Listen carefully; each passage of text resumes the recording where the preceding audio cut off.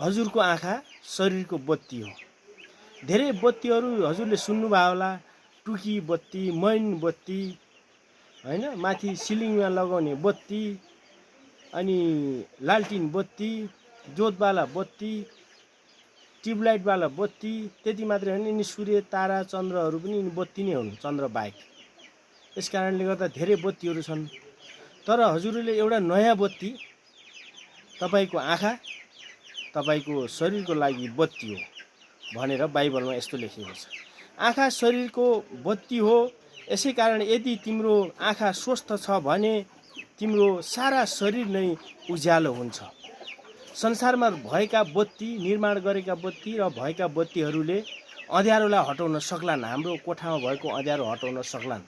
तर हाम्रो मनभित्र, हाम्रो हृदयभित्र, हाम्रो शरीरभित्र भएको अँध्यारो हटाउन सक्दैनन्। त्यो अँध्यारो हटाउने शक्ति तपाईँको आँखामा पनि छ। तपाईँको आँखाले कसरी हेर्छ। त्यही भएर एउटा बहिनीले गीत पनि निकाल्नु भएको थियो, फुलको आँखामा फुलै संसार, काँडाको आँखामा काँडै संसार।